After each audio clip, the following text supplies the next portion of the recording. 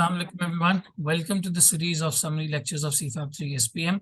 This is Mohammad Muzammil Munaf from the platform of IQ School of Finance. Next we have the chapter is Management Approaches and Employees Recruitment. Primarily इस chapter के अंदर दो primary बातें जो है वो की गई हैं. एक हमारे पास theories of management है. मुख्तलिफ राइटर्स की theories of management यहाँ पे जो है वो मौजूद है. दूसरी हमारी चीज़ जो इस चैप्टर के अंदर कवर हुई है वो बेसिकली हमारा रिक्रूटमेंट का सारा जो है वो प्रोसेस है, जहाँ पे employees selection, recruitment, job description वगैरह ये सारी चीज़ें आती. हम थोड़ी देर लगा के इंशाल्लाह 20-22 मिनट के अंदर इन दोनों एरियाज को समराइज कर लेंगे अच्छे से, ताकि एग्जाम के टाइम पे हमें इसको रिवाइज करना आसान हो जाए. देखो, सबसे पहले मैं थेरीज ऑफ मैनेजमेंट की बात करता हूँ. बहुत ही ज़्यादा समझने की डिटेल्ड थेरी इसके हवाले से जो है वो बताई गई है और बहुत सारे राइटर्स के पॉइंट ऑफ व्यू दिए गए हैं. एक तरीका तो ये है कि थोड़ा सा हमें इसको थोड़ा सा मेमोराइज करना होगा, लेकिन दिस इज हाईली अनलाइकली कि आई कैप आपसे कोई रटा रटाया थ्योरी पूछेंगे कि जी थ्योरी एक्स का मतलब क्या है, या थ्योरी वाई का मतलब क्या है, थ्योरी जेड का मतलब क्या है. कोई सिचुएशन आएगी, उस सिचुएशन के अंदर आपको उस थ्योरी को अप्लाई करना होगा या उस मॉडल को अप्लाई करना होगा. तो मेरे हिसाब से तरीकाकार ये होना चाहिए कि एक अच्छा सेंस हर राइटर का या हर प्रेजेंटर का जिनकी थ्योरीज बताई गई हैं, इनका एक अच्छा सेंस डेवलप कर लिया जाए कि यार ये बात क्या कर रहे हैं, या इनकी बात के कितने नुकात हैं, 3 बातें मेन है, 4 मेन बातें हैं, 5 मेन बातें, इस तरह से. और फिर उसके बाद कभी कोई सिचुएशन आती है तो उसमें एनालाइज करके आप अपने तौर पे आंसर जो है वो दे सकते हैं. बिल्कुल अगर मेमोराइज करने जाएंगे तो थोड़ा सा मुश्किल हो जाएगा स्टूडेंट्स के लिए, क्योंकि मेमोरी का टेस्ट एग्जाम है भी नहीं, और हम वैसे ह्यूमन बींग्स इतने कंफर्टेबल होते भी नहीं है अगर कोई इस तरह से मेमोरी का टेस्ट लेता है. तो समझ के चीज़ों को अंदाजे से जहन में रखने की कोशिश करें कि आ जाए तो अपने वर्ड्स में आप उसको रिप्रोड्यूस कर सकें. अगर आप थियरीज ऑफ मैनेजमेंट देखेंगे सारी की सारी, मैं एक ओवरव्यू, जनरल ओवरव्यू दे देता हूँ कि हर थियरी के अंदर बताया हुआ क्या है. फिर डिटेल में हर थियरी को पढ़ा जा सकता है या उसको मेमोराइज जो है थोड़ा बहुत किया जा सकता है. देखो, जितनी भी थियरीज यहाँ पे बताई गई या मैनेजमेंट के जो तरीके बताए गए हैं, इसके अंदर सबसे ज्यादा बात इस पर फोकस की गई है कि आप टीम और टास्क, ये दो चीजें कैसे मैनेज करते हैं. आपके नीचे लोगों को आप कैसे मैनेज करते हैं और उन लोगों से आप टास्क करवाते कैसे हैं. ये दो चीजें हैं. एक डिपार्टमेंट का जो लीडर होता है या जो डिपार्टमेंट का हेड होता है, वो इन्हीं दो चीजों के लिए रिस्पॉन्सिबल होता है कि उसकी टीम प्रॉपरली काम कर रही है या नहीं कर रही, और वो प्रॉपरली अपनी टीम को मैनेज कर रहा है या नहीं कर रहा. अगर आप देखेंगे तो थियोरीज ऑफ मैनेजमेंट के अंदर चंद चीजें बड़ी कॉमनली जो है वो सब जगह पे आपको नजर आएंगी, ओवरलैप करती हुई नजर आएंगी. सबसे ज्यादा every every theory is talking about the clarity, clarity of work, role, authority, etcetera. फिर clarity of objectives and goals.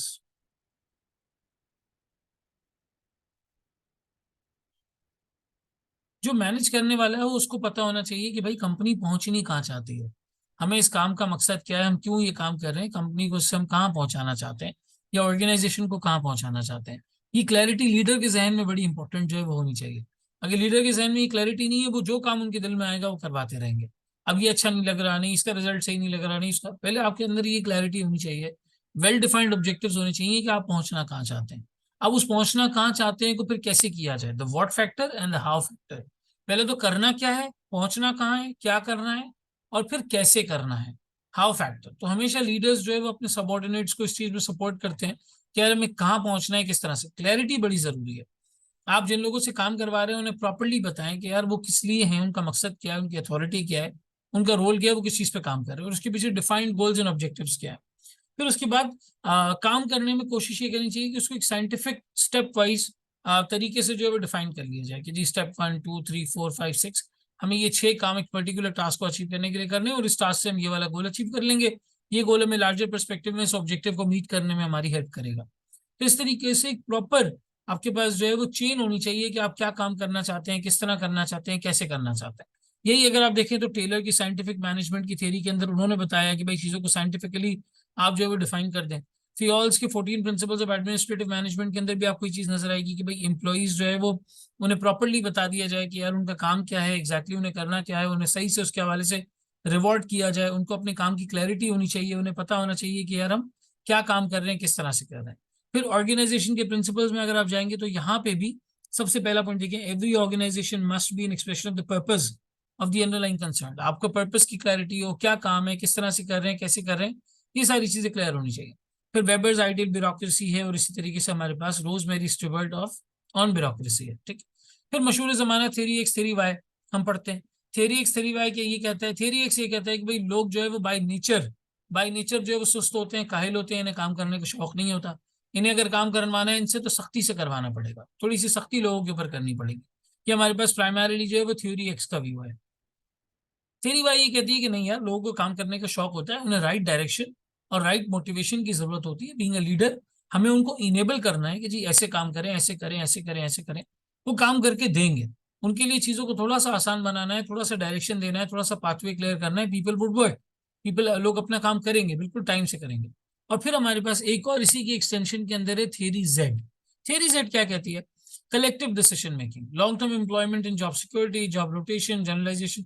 ये थोड़े से मॉडर्न कॉन्सेप्ट यहाँ पर आ जाते हैं कि भाई आप लोगों को काम सिखाने समझाने के साथ साथ उनको वक्त के साथ साथ जॉब रोटेट भी करें, नए आइडियाज पे उन्हें काम करने का मौका भी दें, उनकी अंडरस्टैंडिंग को जो है वो टेस्ट करें, उनकी ट्रेनिंग और कंटिन्यूअल डेवलपमेंट के ऊपर जो है वो काम करें, उनकी परफॉर्मेंस को बेहतर से बेहतर बनाने की जो है वो कोशिश करें, होलिस्टिक परफॉर्मेंस पे फोकस करें। एम्प्लॉय को ये ना समझें कि यार ये हमारा गुलाम है और हमारे लिए आया तो ये बस यही करता रहेगा जिंदगी भर। उसको इनेबल करना, एम्पावर करना, उसके कॉन्सेप्ट्स को डेवलप करना, उसकी उसकी अपब्रिंगिंग करना, ये सारी चीजें भी कंपनी के ऊपर लाजमी होती हैं, जरूरी होती हैं। और फिर इसी तरीके से हमारे पास पीटर ड्रकर की थ्योरी है जो कहती है कि जी पहले आपने ऑब्जेक्टिव सेट करने हैं, फिर काम को ऑर्गेनाइज करना है, फिर काम के लिए दूसरों को मोटिवेट करना है, कम्युनिकेट करना है, फिर काम करवा के मेजर करना है कि आपके रिजल्ट्स क्या रहे। तो सो ऑन सो फोर्थ अगर आप देखें तो सारी थियरीज आपस में कहीं ना कहीं एक दूसरे से ओवरलैप कर रही हैं। और पांच छह मेन बातें हैं। पर्पस की क्लैरिटी होनी चाहिए, goals and objectives well defined होने चाहिए, लोगों को आप सपोर्ट करें कि वो काम करें, उन्हें क्लैरिटी ऑफ काम दें, वर्क दें, अथॉरिटी दें, रोल दें, उनके रोल में कॉन्फ्लिक्ट ना हो, अथॉरिटी में कॉन्फ्लिक्ट ना हो, उनके काम को मॉनिटर करें, मेजर करें उनके रिजल्ट्स को, उनकी अपब्रिंगिंग पे काम करें, उनकी लर्निंग पे काम करें, उनकी ट्रेनिंग और डेवलपमेंट के ऊपर काम करें। ये पांच छह चीजें हैं प्राइमरली जो हमारे पास इन थियरीज ऑफ मैनेजमेंट के अंदर बताई गई हैं। मैं आपकी जगह होता तो इन जनरल प्रिंसिपल्स को जहन में रखता है कि हाँ यार, मैनेजमेंट की ये चंद अच्छे उसूल होते हैं। फिर जब एग्जाम में सवाल आता है तो उन्हें अपने वर्ड्स में अप्लाई करने की कोशिश करता उस सिनेरियो के ऊपर, और सिनेरियो को हल करने की कोशिश करता। बिल्कुल रटा रटाया तो आप मेमोरी बेस्ड अगर याद करके जाएंगे तो कर सकते हैं, तो बहुत अच्छी बात है फबीहा। अगर कोई कर सकता है तो बड़ी अच्छी बात है। लेकिन अगर नहीं कर सकता फतुजा तो फिर आपने इतना परेशान होने की भी जरूरत नहीं है। जनरल प्रिंसिपल जहन में रखें और कोशिश करें सिनेरियो को उसकी बेसिस के ऊपर अटेम्प्ट करने की। ठीक है, ये हमारी थियरीज ऑफ मैनेजमेंट यहाँ पे हमने डिस्कशन किया। अब आते हैं मेन इस चीज के ऊपर जो इस चैप्टर के अंदर बड़ा डिटेल में डिस्कस किया है, वो है रिक्रूटमेंट और सिलेक्शन का प्रोसेस। इसको समराइज करते हुए चलते हैं। अच्छा, आमतौर पे हमारे जहन में ये होता है कि जी रिक्रूटमेंट और सिलेक्शन एक ही प्रोसेस है। नहीं, recruitment is different than selection. Recruitment का मतलब है कि आपका जॉब वैकेंसी को आप एनालाइज करें, स्टेप वन, कि भाई आपको एग्जैक्टली exactly काम करवाना क्या है, क्या वैकेंसी है, उस काम के लिए क्या स्किल्स नीडेड है फॉर द जॉब, और फिर आप एप्लीकेंट्स ऑब्टेन करें फॉर द जॉब वैकेंसी। लेकिन सिलेक्शन का मतलब एट द सेम टाइम होता है select candidates for interviewing, shortlisting, selection interview, offer the job to the selected candidate. आपने यहाँ से एप्लीकेशंस लेने के बाद, जैसे ही आपने यहाँ पे एप्लीकेशंस ले ली, अब इधर वो टाइम आता है कि अब आप अपने कैंडिडेट्स को सिलेक्ट करें इंटरव्यूज के लिए, उनकी रीलिस्टिंग करें, उनको चेक करें। और स्टेज 5 के अंदर आता है कि आप जी सिलेक्शन इंटरव्यू लें, और इंटरव्यू लेने के बाद फाइनली किसी एक को उसमें से जॉब ऑफर कर दें। ठीक है, तो रिक्रूटमेंट का प्रोसेस है जॉब को एनालाइज करना, स्किल्स को एनालाइज करना, और उस वैकेंसी को मार्केट करके एप्लीकेशंस लेना। वंस एप्लीकेशंस आ गई, अब उसमें से किसी एक अच्छे बंदे का इंटरव्यू करके उसको सिलेक्ट करना, ये बेसिकली आपके पास जो है वो सिलेक्शन का प्रोसेस कहलाता है। पुअर रिक्रूटमेंट क्या होती है? सर, आपने जॉब की रिक्वायरमेंट्स को प्रॉपरली एनालाइज ही नहीं किया, आपको पता ही नहीं है कि आपको एग्जैक्टली आदमी चाहिए किस काम के लिए, क्या करवाना है उससे। आप there is a failure to agree the minimum acceptable requirements. कभी कभी इसी पे अग्री नहीं कर पाते मैनेजर और एचआर वाले। The job itself is not attractive enough, job खुद इतनी अच्छी नहीं है। ठीक है ना, the job vacancies are advertise in an unsuitable way, और उसकी एडवर्टाइजमेंट भी सही तरीके से जो है वो नहीं हो पाती। तो थॉट की क्लैरिटी ना हो, रिक्वायरमेंट्स की क्लैरिटी ना हो, आपस में अग्रीमेंट ना हो, और फिर आप सही से उसको मार्केट ना करें, सही से उसको एडवर्टाइज ना करें, तो भी ये मसले मसाइल होते हैं। सिलेक्शन के अंदर एप्लीकेशन फॉर्म बहुत बैडली डिजाइन था, आपको जो रिक्वायरमेंट थी वो मिली नहीं, जो डिटेल्स चाहिए थी वो नहीं मिली, सिलेक्शन टेक्निक्स आपकी इनअप्रोप्रिएट थी। ठीक है, जो इंडिविजुअल सिलेक्शन कर रहा है वो खुद ट्रेंड नहीं था। ठीक है, और फिर आपके सिलेक्शन का ओवरऑल प्रोसेस इतना इफेक्टिव नहीं था, मॉनिटर भी नहीं किया आपने सही से, इसको अपडेट भी नहीं किया। तो ये कुछ रीजन होते हैं पुअर रिक्रूटमेंट और पुअर सिलेक्शन के। अब सर, पुअर तो आपने बता दिया, इफेक्टिव रिक्रूटमेंट में क्या होता है? इफेक्टिव रिक्रूटमेंट में ये होता है कि भाई पहले तो आप सुकून से सही तरीके से अपनी जॉब को एनालाइज करो। और एनालाइज करने के बाद डॉक्यूमेंट करो कि क्या चाहिए एग्जैक्टली इस जॉब पे बंदे से क्या चाहिए आप। फिर उसकी एक अच्छी जेडी बनाओ, डिटेल्ड जेडी बनाओ, जॉब डिस्क्रिप्शन बनाओ कि भाई जो आदमी आएगा वो क्या काम करेगा, कौन कौन से काम उसने करने हैं, उसका प्रॉपर जेडी बना हुआ होना चाहिए। जब आपके पास जेडी बन जाएगी ना, अब आपको समझ में आ जाएगा कि मुझे कैसा आदमी चाहिए, किस तरह का आदमी मैं अपने काम के लिए चाहता हूँ। ये कहलाता है पर्सन स्पेसिफिकेशन, कि आप किस तरह का आदमी चाहते हैं। इसके अंदर क्या चीजें आ जाती हैं, इसके अंदर भाई आ जाता है उसकी क्वालिफिकेशंस, उसकी क्वालिटीज, उसका एक्सपीरियंस, उसकी रिक्वायरमेंट, ये सब चीजें आ जाती हैं। उसके बाद जाके आप करते हैं अपनी वैकेंसी को एडवर्टाइज, एडवर्टाइज द वैकेंसी, चाहे वो इंटरनली करें चाहे वो एक्सटर्नली करें। और फिर उसके बाद आप एक जॉब एप्लीकेशन फॉर्म देते हैं, वो जॉब एप्लीकेशन फॉर्म ये लोग फिल करते हैं, फिल करके अपने रेज्यूमेज और सीवी सबमिट करते हैं, और वहां से ऑन गोइंग इधर के बाद फिर सिलेक्शन प्रोसेस स्टार्ट होता है, जहां पे आप इंटरव्यूज वगैरह कंडक्ट करते हो, ये सारी चीजें करते हैं। ठीक है, तो इफेक्टिव रिक्रूटमेंट प्राइमरीली, अगर मैं इफेक्टिव रिक्रूटमेंट की बात करूं तो उसमें सबसे ज्यादा मोस्ट इंपॉर्टेंट स्टेप्स ये दो हैं। These are the most important steps. सबसे ज्यादा जरूरी स्टेप्स ये हैं कि आपको पता चले कि हाँ यार किस पॉइंट पे एज लाइक मुझे किस डिस्क्रिप्शन के लिए, जॉब डिस्क्रिप्शन के लिए बंदा चाहिए, उसके पीछे जॉब एनालिसिस क्या है। ये मोस्ट इंपॉर्टेंट है। ये हो जाता है फिर ये आराम से बन जाता है, और फिर आपको एक अच्छी सी वैकेंसी एडवर्टाइज करनी पड़ती है, एक अच्छा फॉर्म प्रोवाइड करना पड़ता है। तो ये भी थोड़े से ऑपरेशनल मैटर्स हैं। स्ट्रेटेजिकली पहले ये डिसाइड कर लें कि जी जॉब कैसी है, एनालाइज कर लें उसको प्रॉपरली, बंदा कैसा चाहिए, जेडी वगैरह क्या हो उसकी। ठीक है ना, ये इफेक्टिव रिक्रूटमेंट आ जाती है। फिर आ जाता है हमारे पास सिलेक्शन के मेथड्स। यहाँ पे मैंने एक सिलेक्शन के मेथड्स की पूरी एक समरी आपको बता दी है। सिलेक्शन के मेथड्स में हमारे पास क्या क्या मौजूद है, देखो एप्लीकेशन फॉर्म्स मौजूद है, हमारे पास इंडिविजुअल इंटरव्यूज मौजूद हैं, हमारे पास ग्रुप सिलेक्शन के मेथड्स मौजूद हैं, हमारे पास टेस्ट मौजूद है। अगर मैं एप्लीकेशन फॉर्म्स की बात करूं तो जाहिर है फर्स्ट स्क्रीनिंग प्रोसेस है, सबसे पहले होती है स्क्रीनिंग इससे। लेकिन इसकी वीकनेस ये है कि कभी कभी ये इन्फॉर्मेशन इनफ नहीं होती, information provided is not enough, इतनी ज्यादा इनफ नहीं होती। इंटरव्यूज की अगर बात करें तो इंटरव्यू से बड़ी अच्छी अपॉर्चुनिटी मिलती है आदमी से बात करके, समझ के, उसके अंदाजा, उसके बोलने का अंदाज क्या है, बात करने का अंदाज क्या है, उसका थॉट प्रोसेस क्या है, किस तरीके से वो चीजों को सोचता है, कैसी पर्सनैलिटी है, कैसा नजर आता है, ये सब इंटरव्यू से पता चल जाता है। लेकिन हर दफा हर इंटरव्यू लेने वाले का वैसा स्किल हो ये जरूरी नहीं। Not all interviewers have the skills to conduct a good interview. बाज तो उसको कन्फ्रंटेशन कर लेते हैं, कहते हैं जी हमारे सामने को इंटरव्यू देने आया तो हम इसको डराएंगे, हम तड़पाएंगे, हम इसको याद दिलाएंगे कि ये इंटरव्यू देने आया है और हम इसका इंटरव्यू ले रहे हैं, इसको एहसास होगा कि ये हमारे सामने बैठा है, ये हमारा सबॉर्डिनेट है। कुछ लोग की ये मेंटालिटी होती है इंटरव्यू लेते वक्त। खैर वो खुद जहनी चैलेंज लोग होते हैं, मेंटली चैलेंज और थोड़े से बेवकूफ किस्म के लोग होते हैं जो इस तरह के इंटरव्यूज लेते हैं। बड़ी बड़ी फर्म्स में जो इंडक्शन के इंटरव्यूज होते हैं उसमें अक्सर ऐसे लोग सामने बैठे हुए दिखाई देते हैं जिन्हें शौक होता है अपनी बड़ाई मारने का। तो बहरहाल अगर इंटरव्यू ढंग का नहीं है तो इंटरव्यू ठीक नहीं हो सकेगा। इसके अलावा कुछ बड़े अच्छे प्रोफेशनल इंटरव्यूज होते हैं, कुछ जो है वो इतना अच्छे तरीके से नहीं कर पाते, उनके अंदर एक हेलो इफेक्ट वाली बात होती है, या एक वो वाला मसला होता है कि हमारे साथ कुछ हुआ था तो हम अब रिपीट करेंगे आने वाले आगे आने वालों के साथ। ठीक है, तो कभी कभी इंटरव्यूज जो है वो बायस्ड भी हो जाते हैं, कभी कभी जो है वो सही तरीके से वो कंडक्ट भी नहीं करते, इसकी वीकनेस है। ग्रुप सिलेक्शन के अंदर बड़ा अच्छा होता है कि भाई आपको जो है वो कैंडिडेट्स को कंपेयर करने का ऑप्शन मिल जाता है, सामने सामने दो कैंडिडेट, चार कैंडिडेट, छह कैंडिडेट बैठे हुए हैं, आप कंपेयर कर लेंगे।